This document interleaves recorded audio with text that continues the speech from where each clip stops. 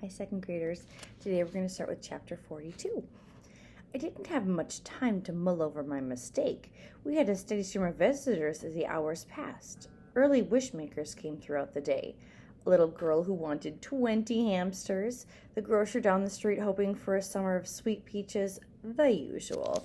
The local reporter returned. She peeked at some of the new wishes hanging from my boughs and took a photo of the broken eggshells on my trunk. Sandy and Max came to remove the police tape surrounding me. Francesca joined them. Today she had Lewis and Clark on thin leather leashes. Each cat was wearing an embarrassingly sparkly harness. Francesca discussed the broken eggs with Sandy and Max while Lewis and Clark wove around her legs. "I've got a tree cutter coming out later to give me an estimate," Francesca said. "So you're definitely cutting it down?" Sandy asked, in what I'd like to think was a disappointed voice. "Yep, no question. See that muck? All the water in the yard?" Francesca pointed at the soggy lawn. "Plumber told me this dang tree is plugging up some of the pipes. Least bit of rain and the yard turns into a giant mud puddle." "Still, people are going to be sorry to see it go," Max said. He reached for Clark's leash and tried to unwrap Francesca. "I know. It's a good old tree, but sentiment doesn't pay the plumber." Sandy grabbed Lewis while Francesca attempted to unknot herself from the leashes. "What about the animals and birds that live in the trees?" she asked.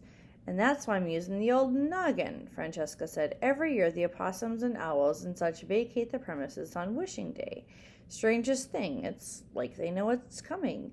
She hopped over the web of leashes. "Suppose they don't like being disturbed. In any case, I'm hoping that the cutters will come late tomorrow afternoon. Most of the wishing will be done by then."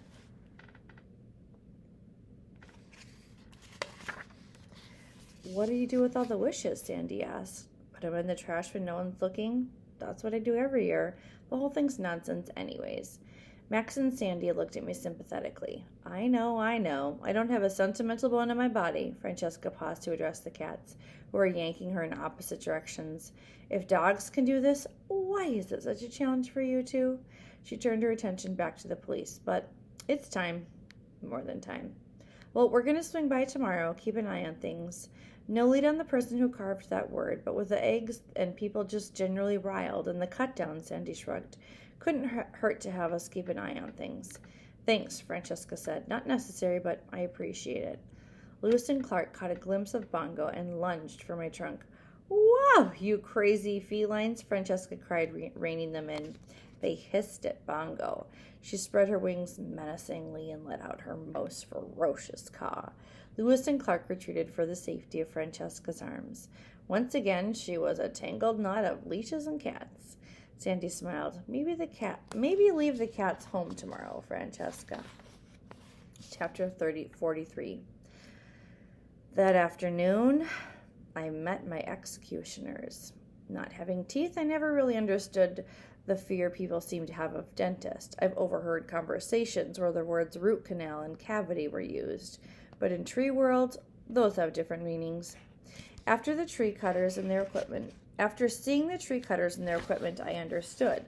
When a truck carrying powerful chainsaws along with something ominously called a stump grinder shows up, well, you know you're in trouble. Mind you, an arborist is a great friend to trees. We need our limbs trimmed just the way you need to cut your fingernails and hair, although for us it's only once or twice a year, and it's called pruning. I always feel especially elegant after a good pruning, but pruning is usually done with special shears that look like giant scissors, or with a small saw on a long pole. Stump grinders are not usually part of the plan. It didn't help when 3 men wearing orange hard hats went to Francesca's door and announced they were from Timber Terminator's Tree Service. "I'm going to make a deposit on those silly hats," Bongo muttered. "No, Bongo," I said, although the idea was tempting. "Let's wait and see what's what. Maybe they're here for some pruning." "You really are an optimist." Francesca walked the men over, this time without Lewis and Clark, and they discussed costs and timing. "That's right. They talked about cutting me down, even as they enjoyed the shade from my lovely limbs." Talk about insensitive. One of the men, he introduced himself as Dave. He climbed the ladder to inspect my hollows. Agnes, Harry Spider, and Big U eyed him warily, ready to defend their babies. "You've got some critters in here, ma'am," he reported. "Yes, I know," Francesca said. Every year, like clockwork, Bongo flew up to a spot near Agnes. Just one deposit, she said under her breath. That's all I'm saying. A situation like this, we generally advise cutting in late fall, less likely to disturb any nests. I've got that covered, Francesca nodded, hands on hips. Animals and birds hightail it out of here every May 1st. Wishing Day, you know. Dave scratched his stubbly chin. Wishing Day? People make wishes. Put them in the tree. Animals and birds don't like the noise, so if you could do this tomorrow afternoon, the timing would be perfect. You work Saturdays? Sure do. Dave shook his head. Wishing Day, he murmured. Now I've heard of everything. Francesca nodded. She patted my trunk. Yeah, craziness. Can't believe I've put up with it for as long as I have. End of reading.